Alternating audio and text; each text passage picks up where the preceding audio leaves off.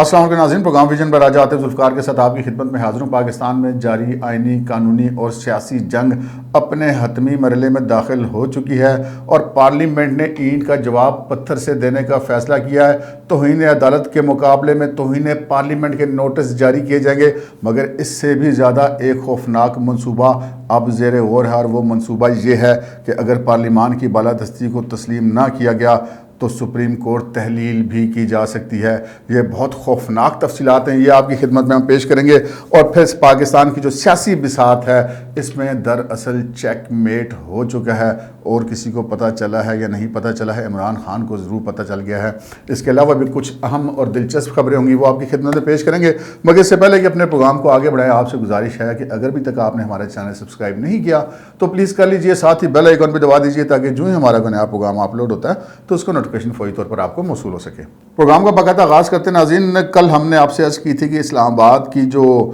فضائیں ہیں ان میں بڑا پراسرار سناٹا ہے، اور وہ سناٹا ہم نے عرض کی تھی کہ کسی نہ کسی طوفان کا پیش خیمہ ہے، اور وہ طوفان اب اٹھتا ہوا دکھائی دے رہا ہے، اور آئندہ آنے والے 24 گھنٹوں میں یہ طوفان کوئی بھی رخ اختیار کر سکتا ہے۔ آج کا جب دن کا آغاز ہوا تو سبھی کو انتظار تھا کہ عید کی تعطیلات کے بعد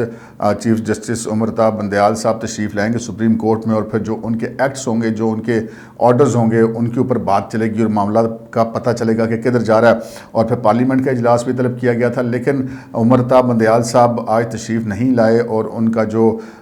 کاز لسٹ ہے اسے ڈی لسٹ کر دیا گیا، اور پتہ یہ چلا کہ جسٹس عمرتا بندیال صاحب کی طبیعت ناساز ہے، انہیں بخار اور جسم میں درد اور کچھ ایسی ہی دیگر علامات بھی ہیں۔ اب بہت ساری کیا سرائیاں شروع ہو گئیں، بہت ساری سرگوشیاں شروع ہو گئی کہ جناب یہ کیا معاملہ ہے، یہ کیوں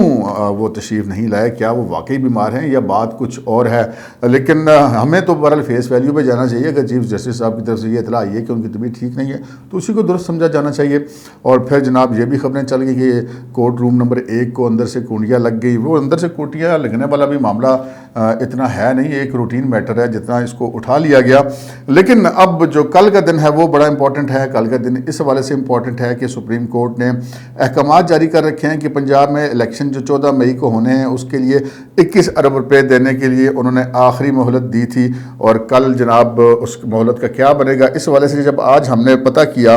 تو ہمیں جو پتہ لگا ہے کہ سپریم کورٹ کے جو آفس سے ذرائع سے پتہ چلا کہ ابھی تک حکومت نے یا اسٹیٹ بینک نے وہ پیسے دینے کے حوالے سے کسی قسم کا کوئی جواب سپریم کورٹ میں جمع نہیں کروایا ہے۔ اب اگر کل سماعت ہوتی ہے تو پھر وہاں پر پتہ چلے گا کہ الیکشن کمیشن آف پاکستان بھی یہی کہے گا کہ جناب ہمیں تو ابھی تک کوئی پیسے نہیں ملے ہیں۔ لیکن اس سے پہلے آج ایک اور بڑی کیا سرائیاں ہوئیں کہ آج کافی دیر تک کل کی کاز لسٹ جاری نہیں ہوئی، اور وہ کاز لسٹ جاری نہ ہونے پر پھر چہمو گوئیاں شروع ہو گئیں کہ پتہ نہیں بندیال صاحب کل بھی آ سکیں گے یا نہیں آ سکیں گے، ان کی طبیعت ٹھیک ہوگی یا نہیں ہوگی۔ لیکن پھر اس کے بعد اب سے تقریباً جب میں یہ پروگرام ریکارڈ کر رہا ہوں اس سے تقریباً 1-1.5 گھنٹہ پہلے کاز لسٹ آ گئی، لیکن اس لسٹ میں بھی ایک بڑی غیر معمولی چیز تھی، اور وہ غیر معمولی چیز یہ تھی کہ کل جو کورٹ روم نمبر 1 ہے اس میں چیف جسٹس صاحب صرف ایک ہی مقدمے کی سماعت کریں گے اپنے انہی 2 اراکین کے ساتھ، جو کہ جسٹس اعجاز الاحسن اور جسٹس منیب اختر ہیں، جو وہ کیس کو سن رہے ہیں کہ تمام جو الیکشن ہے وہ اکٹھے ہونے چاہیے یا نہیں ہونے چاہیے، اس حوالے سے جو ایک کیس وہ سن رہے ہیں وہ اس کی سماعت ہوگی 11:30 بجے کا وقت مقرر کیا گیا ہے، اور سپریم کورٹ کے ذرائع کا کہنا ہے کہ اس سے پہلے چیف جسٹس صاحب چیمبر ورک کریں گے۔ دوسری طرف جناب پارلیمنٹ کا اجلاس تھا۔ پارلیمنٹ میں اجلاس جو ہے وہ ایک خصوصی اجلاس بلایا گیا تھا، اس کے اندر بہت سارے لوگوں نے بہت ساری باتیں کی، لیکن اس میں بہت ساری بڑی بڑی تبدیلیاں بھی نظر آئیں، اور پارلیمان کے ہمیں ارادے جو ہیں وہ کچھ خطرناک نظر آتے ہیں۔ پارلیمنٹ کے ارادے یوں خطرناک نظر آتے ہیں کہ ایک تو جو وزیر اعظم شہباز شریف صاحب ہیں انہوں نے خطاب کیا پارلیمنٹ سے، اور انہوں نے کہا کہ جناب سپریم کورٹ کے پاس پنچایتیں لگانے کا یا ثالثی کرانے کا کسی قسم کا کوئی اختیار نہیں ہے۔ ہم آج بھی 4-3 کا فیصلہ ہے اس کو ویلڈ سمجھتے ہیں، اور الیکشن کے لیے ہم کوئی ابھی تاریخ نہیں دیں گے۔ جو آئین اور قانون کے تحت جو اسمبلی کی مدت ہے وہ اگست کے وسط میں ختم ہوگی، اور پھر اکتوبر یا نومبر میں جو بھی تاریخ بنے گی 90 دن کے اندر اندر اس کے اندر الیکشن ہوں گے۔ اور سپریم کورٹ کو انہوں نے کہا کہ جی وہ پارلیمان کے کام میں مداخلت نہ کریں اور سیاسی امور سے دور رہیں۔ اس کے ساتھ تقریباً سبھی جو اس وقت پارٹیوں کی نمائندگی ہے پارلیمان کے اندر ان سب کے نمائندوں نے وہاں پہ تقاریر کی، اور اس میں یہ بھی مطالبہ کیا گیا گیا اسپیکر قومی اسمبلی سے کہ جناب آپ چیف جسٹس آف پاکستان کو بطور اسپیکر قومی اسمبلی یہ خط لکھیں کہ جناب آپ پارلیمنٹ کے معاملات میں مداخلت نہ کریں، قانون سازی پارلیمنٹ کا حق ہے، اس میں وہ مداخلت نہ کریں۔ اور جس وقت یہ میں آپ سے گفتگو کر رہا ہوں، آپ پروگرام ریکارڈ کروا رہا ہوں، اب سے کچھ لمحے قبل یہ خبر آئی ہے کہ جناب 5 صفحات پر مشتمل ایک خط جو ہے وہ اسپیکر قومی اسمبلی راجہ پرویز اشرف کی طرف سے سپریم کورٹ کے چیف جسٹس کو لکھ دیا گیا ہے۔ انہی سفارشات کے پیش نظر جو سفارشات آج پارلیمان کے اجلاس میں کی گئی تھی۔ آج کے جو پارلیمان کے اجلاس میں جو سب سے اہم چیز تھی، جس کو شاید لوگوں نے اتنا نوٹس کیا یا نہیں نوٹس کیا، لیکن ہم نے اس کو ضرور نوٹس کیا، آپ کی خدمت میں پیش کرتے ہیں، وہ یہ ہے کہ جب یہ سپریم کورٹ کے 3 رکنی بینچ نے بلایا تھا اور کہا تھا کہ بات چیت کر لیں، ہم ٹائم دے دیتے ہیں، تو اس وقت آصف علی زرداری صاحب نے اس سارے معاملے کے خیر مقدم کیا تھا، جو کہ حکمران اتحاد کی جو پالیسی ہے اس کے خلاف تھا، کیونکہ حکمران اتحاد جو ہے وہ قطعاً کسی صورت میں بھی عمران خان اور ان کی پارٹی سے بات نہیں کرنا چاہتے تھے، اور اس حوالے سے جو سب سے زیادہ سخت رویہ اختیار کر رکھا تھا وہ مولانا فضل الرحمان نے اختیار کر رکھا تھا، جن کا کہنا تھا کہ عمران خان کو ہم بات کرنے کے قابل ہی نہیں سمجھتے، ہم اس کے ساتھ نہیں بیٹھنا چاہتے، اور سپریم کورٹ جو ہے وہ ہمارے اس معاملے میں مداخلت نہ کرے۔ آج بلاول بھٹو زرداری صاحب جو پاکستان پیپلز پارٹی کے چیئرمین ہیں، انہوں نے جناب بہت زیادہ سخت تقریر کی ہے، اور ان کی گفتگو سن کر اندازہ ہوا ہے کہ ایک بہت بڑا پالیسی شفٹ جو آیا ہے آصف علی زرداری صاحب کی جو پہلے بیان تھا اس کے حوالے سے، وہ پالیسی شفٹ یہ آیا ہے کہ اب یہ بھی مذاکرات سے ہٹ کر مولانا فضل الرحمان کے پیج پر آ گئے ہیں، اور آج انہوں نے بلاول بھٹو زرداری نے کہا ہے کہ جناب اسپیکر صاحب یہ خط لکھنے سے معاملہ حل نہیں ہوگا، خط لکھنے سے کوئی اثر نہیں پڑے گا۔ انہوں نے کہا کہ توہین پارلیمنٹ کا معاملہ استحقاق کمیٹی میں اٹھایا جائے، اور جو یہ 3 رکنی بینچ ہے ان کو توہین پارلیمنٹ کا نوٹس دے کر پارلیمان میں طلب کیا جائے، اور چند افراد کی ضد کہ میں ایوان کی توہین کی جا رہی ہے، چند افراد کی ضد میں، ان کا اشارہ جو ہے وہ شاید 3 رکنی بینچ اور عمران خان صاحب کی طرف تھا، اور انہوں نے کہا کہ جناب اسپیکر صاحب ان خطوں شتوں سے کوئی کام نہیں چلے گا، اب آپ کو آگے بڑھ کر کام کرنا پڑے گا۔ اور پھر دلچسپ بات یہ ہے کہ جو استحقاق کمیٹی ہے اس نے جو ہے وہ ایک اپنا جو شیڈول جاری کیا، اس کے مطابق اس کی جو سماعت ہوگی، اس کا جو اجلاس ہوگا 2 مئی کو ہوگا۔ 2 مئی کو جو استحقاق کمیٹی کا ایجنڈا جاری کیا گیا ہے، اس ایجنڈے میں توہین پارلیمنٹ کا ذکر بھی شامل ہے، جو کہ ایک واضح علامت ہے کہ پارلیمنٹ نے اینٹ کا جواب پتھر سے دینے کا فیصلہ کیا ہے۔ یہ تو وہ خبریں ہیں پارلیمنٹ کے آج اجلاس کے حوالے سے جو کہ اس وقت منظر عام پر ہیں، آپ کو بھی نظر آ گئی ہوں گی، ہم نے اس کی ذرا تشریح کر دی، اس کو ذرا آسان الفاظ میں سمجھانے کی کوشش کی ہے، لیکن بہرحال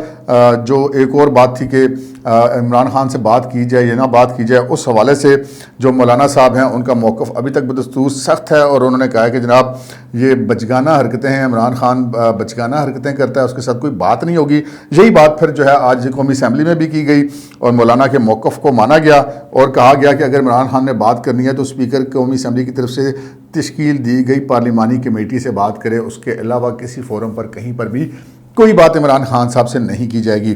اچھا، عمران خان صاحب کا جہاں تک تعلق ہے، وہ میرے خیال میں جو اس وقت ایک سیاسی منظرنامے پہ معاملات جاری ہیں اس کو کافی حد تک وہ سمجھ گئے ہوئے ہیں، ان کو نظر آ گیا ہے کہ معاملات کس طرف جا رہے ہیں، اور ان کو یہ بھی اندازہ ہو گیا ہے کہ اگر وہ اپنی ضد پر اڑے رہے تو شاید معاملات ان کے ہاتھ سے نکل جائیں گے۔ اور جو ایک کوشش تھی، وہ کہتے ہیں نا پیپر لیک ہو گیا تھا، کہ یہ جو کہا گیا تھا، وہ کل ثاقب نثار صاحب کی آڈیو لیک آئی تھی، اس کو وفاقی وزیر قانون نے کہا کہ یہ پیپر لیک ہو گیا کہ یہ توہین عدالت کی کارروائی کرنا چاہتے ہیں اور یہ ساری پلاننگ کر رہے ہیں۔ خیر، ثاقب نثار صاحب کی مرضی ہے، وہ جس کو مرضی مشورہ دیں، لیکن پیپر لیک ہونے والی بات جو ہے وہ بالکل ٹھیک لگتی ہے۔ لیکن اس کے ساتھ ساتھ جو صورتحال نظر آ رہی ہے، وہ نظر یہ آ رہی ہے کہ عمران خان صاحب کو بھی پتہ چل گیا ہے کہ یہ میں جو دباؤ ڈلوا رہا ہوں اس دباؤ کا کوئی نتیجہ نہیں نکلنا ہے، اور مجھ سے کسی نے بات نہیں کرنی ہے۔ اور کوشش انہوں نے پوری کی، ہم نے پچھلے ولاگز میں بڑی ڈیٹیلز میں بات کی کہ انہوں نے کس طرح سے کوشش کی، کس طرف سے کوشش کی کہ جناب بات ان سے ہو جائے۔ پھر وہ اپنے کیسز کے والے سے بھی بات کرنا چاہ رہے تھے، پھر وہ الیکشن کی ڈیٹ کے 14 مئی نہ سی آگے کی بات کریں گے، لیکن انہوں نے جو کل کچھ صحافیوں سے بھی ملاقات کی ہے، آج بھی ان کے کچھ سٹیٹمنٹس آئی ہیں، ان سے مطابق جو مجھے یہ لگتا ہے کہ عمران خان صاحب کو بات ساری سمجھ آ گئی ہے، ان کو پتہ لگ گیا ہے کہ سیاست کی بساط پر ان کو چیک میٹ ہو گیا ہے، کیونکہ جو انہوں نے سٹیٹمنٹ دیا وہ اس چیز کا اشارہ کرتا ہے۔ ایک تو انہوں نے یہ کہا کہ جناب نہیں جناب الیکشن تو 14 مئی کو ہی ہوگا، سپریم کورٹ کے حکم پہ عمل درآمد کرنا پڑے گا۔ وہ بات جس کے عمران خان صاحب خواہش مند ہے کہ نہیں جی مجھ سے بات کی جائے، اور سپریم کورٹ نے بھی سیاستدانوں کو اسی طرف دھکیلا تھا اور اس کے شاید یہ بات بن جائے، وہ ان کو سمجھ آ گیا کہ یہ بات نہیں بنی۔ اس پر انہوں نے ریورس گیئر لگا کر اپنے پرانے موقف پہ کھڑے ہو گئے ہیں، اور اسی موقف کے ذریعے وہ سپریم کورٹ کو بھی اب یہی کہنا چاہ رہے ہیں کہ جناب اسی پر بات کریں۔ اور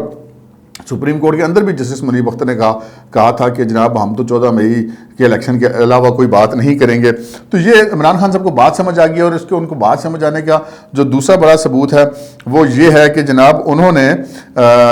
اس وقت اپنی جو پارٹی کے اندر ہے وہاں پر انہوں نے یہ باتیں کی ہیں، کچھ صحافیوں کے ساتھ بھی باتیں کی ہیں، انہوں نے اعلان کر دی اس بات کا، انہیں یہ نظر آ گیا کہ اب کچھ نہیں بننا، تو ان کا یہ خیال ہے کہ 2014 کی طرح سے دوبارہ دھرنوں میں جانا پڑے گا۔ اب یہ ایک الگ بات ہے کہ پاکستان تحریک انصاف دوبارہ سے دھرنے دینے کی پوزیشن میں ہے یا نہیں ہے۔ دھرنا دینا تو بہت مشکل بات ہے، اتنا لمبا۔ عمران خان صاحب نے جب اسٹیبلشمنٹ کی مدد کے بغیر جو اب تک انہوں نے سارے جلسے کیے ہیں، 2 لانگ مارچ کیے ہیں، جیل بھرو طریقے چلائے، تو ان کا بھی نتیجہ کوئی نہیں نکلا۔ وہ جو پچھلے دھرنے والی موجیں تھی نا کہ لاہور سے یہاں تک پتہ نہیں رستے میں کتنی جگہ پہ کون سی فیسیلیٹیشن ہو رہی تھی اور کون سے پیغامات اس وقت کے نواز شریف کو بھجوائے جاتے ہیں، وزیر اعظم صاحب کو، تو یہ ساری چیزیں اب ان کو پتہ ہے کہ یہ میسر نہیں ہے۔ لیکن سیاست میں تو رہنا ہے تو کچھ نہ کچھ تو کرنا ہے، تو میدان تو سجائی رکھنا ہے۔ اوپر سے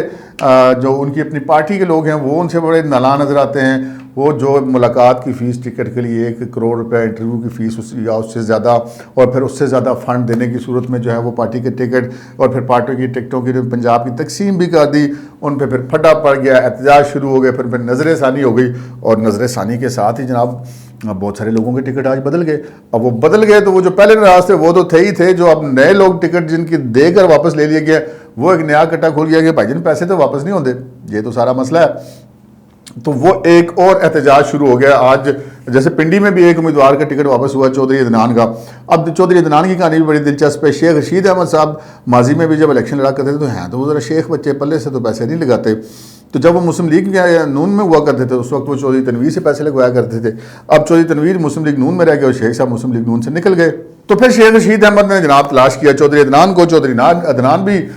کافی پنڈی کی موٹی اسامی ہیں اور الیکشن لینے کا شوق رکھتے تھے، ان کو انہوں نے ٹکٹ دلوایا، ان کو ایم پی اے بنوایا، اور پھر ان کی جلسوں میں بھی کہا کہ اس کو تو میں نے ایم پی اے بنوایا ہے۔ تو جناب چودھری عدنان کا ٹکٹ ہو گیا واپس۔ اگر چودھری عدنان خود الیکشن نہیں لڑے گا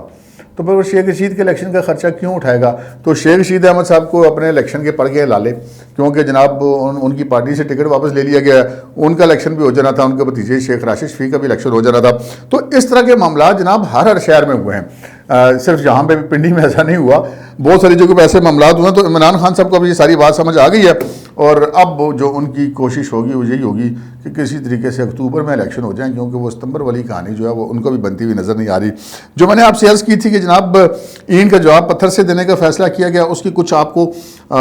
جو بیک گراؤنڈ میں گیم چل رہی ہے وہ میں آپ کو بتاتا ہوں۔ کچھ مشورے چل رہے ہیں اس وقت پارلیمنٹیرینز کے بیچ میں، حکمران اتحاد کے بیچ میں، مسلم لیگ نون، پیپلز پارٹی، مولانا فضل الرحمان، ان سب کے درمیان باتیں چل رہی ہیں، قانون دانوں سے رائے لی جا رہی ہے کہ کیا کرنا چاہیے کیا نہیں کرنا چاہیے۔ کل کے دن میں اگر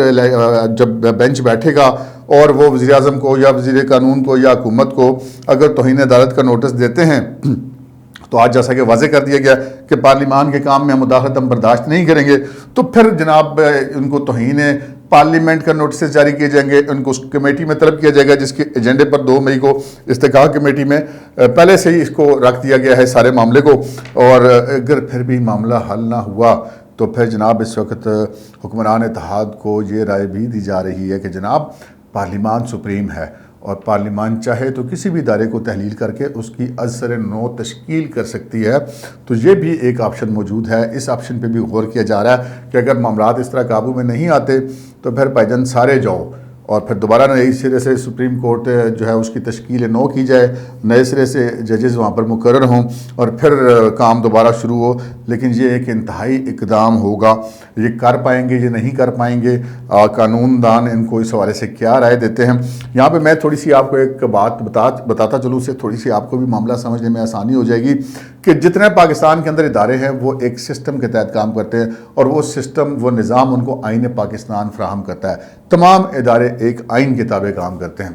لیکن آئین کو تخلیق کیا ہے پارلیمنٹ نے. یعنی پارلیمان جو ہے وہ آئین پاکستان کی ماں ہوئی، تو وہ بچے کا درجہ ماں سے اوپر تو نہیں ہوتا. تو باقی ادارے تو اس پر آئین کے